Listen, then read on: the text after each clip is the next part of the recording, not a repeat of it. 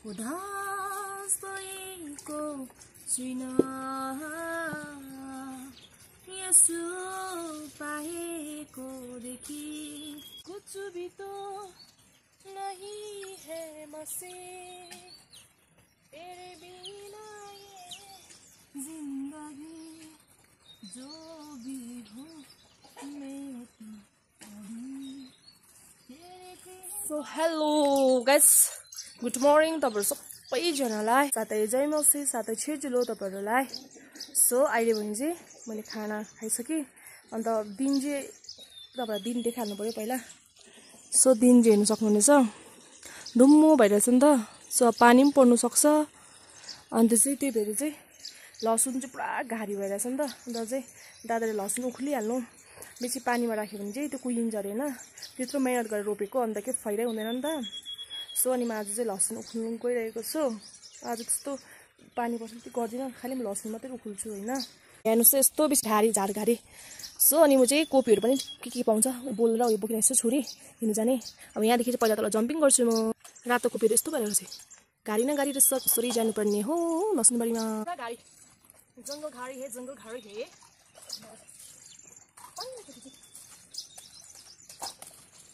कोपी पनि पिटिसकेछ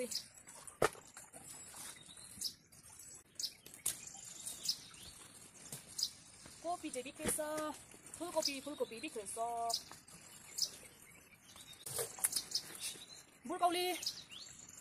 यिनीहरूलाई चाहिँ खुल्दिनै भर्खर हुँदैछ हो अनि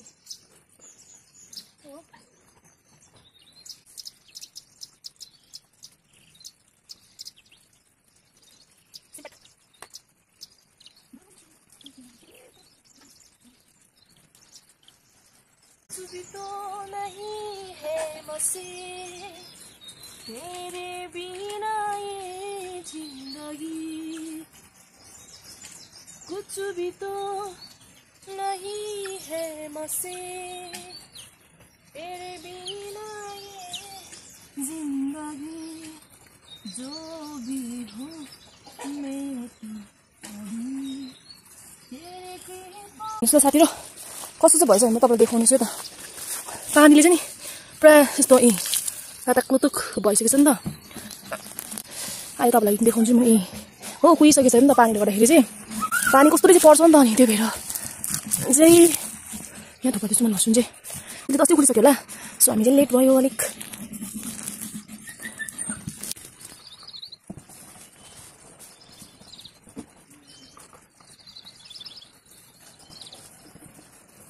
उखलिसकेँ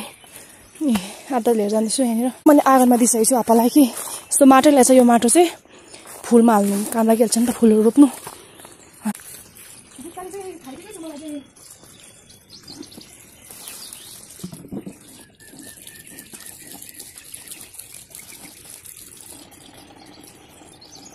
छोरीले काट्नु सक्छ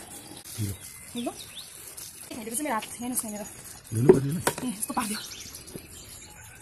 कुहिएर सुक्नु पर्यो यसरी बानेर राख्नु पर्यो माटो चाहिँ टक्टाउनु भयो नि फुल रोप्नुलाई टक्टाउँदै माटो त टक्टिँदैन अनि कुटेर त्यो पर्छ हेर्नुहोस् साथीहरू ठुल्ठुलो फलेछ धुनु पर्ने रेला पनि अब घाम लाग्यो भने त कुहिन्छ होला यो धुँदै राख्दैछु राख्नु परेन यस्तो भेट्नु त यस्तो भइसक्छ नि फटाक कुहिएर कसै चाहिँ झुट्टो यहाँ चाहिँ सबै कुहिसकेर चाहिँ माथिको चाहिँ सबै कुहिसकेछ पानी बेसी भयो भने त्यस्तो हुन्छ नि त तर अहिले तपाईँलाई देखाउँछु कि दाना चाहिँ टलाक्क छ नि फेरि यहाँ थुप्रो छ दामी फलिदिन्छ र मात्रै नि कसरी राख्छ यो भन तपाईँले कसरी राख्नुहुन्छ यो प्लिज कमेन्ट गर्नुहोस् होला हामीलाई त्यस्तो बेसी आइडिया छैन यो पालि मात्रै रोपेको होला मैले लसुन भन्ने जन्तु चाहिँ त्योभन्दा अगाडि चाहिँ अरूले दिन्थ्यो मलाई चाहिँ यो चाहिँ ठुलो खालको लसुन अन्त ठुलो रोपेको मैले तपाईँलाई कतिजनाले देख्नु भएको मैले रोप्दै गरेको सायद कतिले तपाईँले मेरो भिडियो हेरेर तपाईँलाई थाहा छ होइन अनि फलाइ पनि दामी भएको छ बाउछोरीको काम त्यही हुन्छ घरमा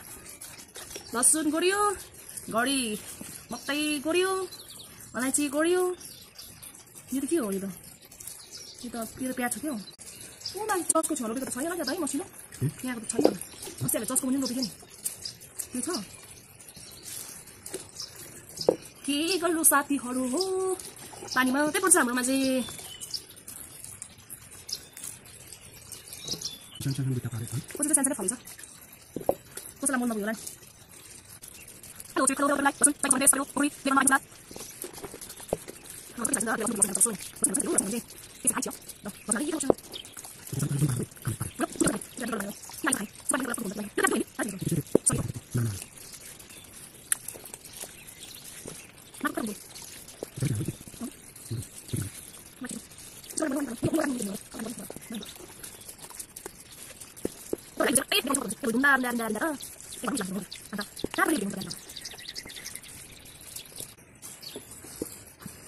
उदास भएको छैन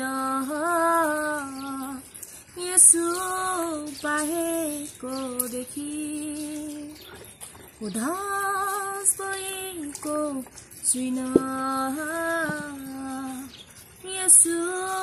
पाएको देखि उडी चल्यो जीवनमा तर लडेको छैन उडी चल्यो जीवनमा तर लडेको छैन उदास भएको छैन यसो पाएको देखि उडी चल्यो जीवनमा तर लडेको छैन बुझ्ला मारे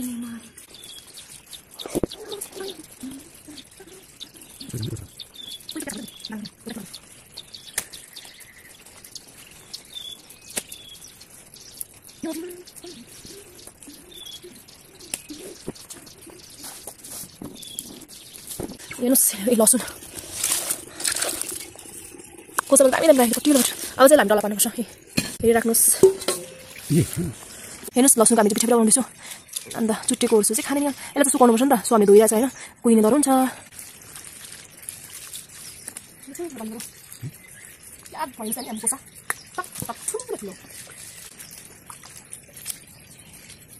कसलाई छ यो लसुन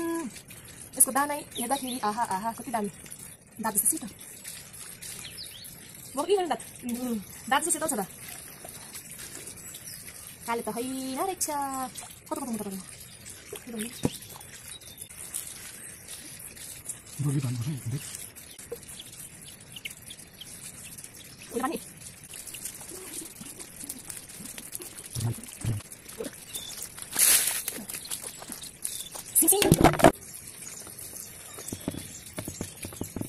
लसुन दिस इज द लसुन यो चाहिँ घरमा खाने लसुन यिनीहरू चाहिँ झुन्ड राख्नुपर्छ नि त यसमा सो साथीहरूलाई बाई बाई भनिदिनु बाई भनिदिनु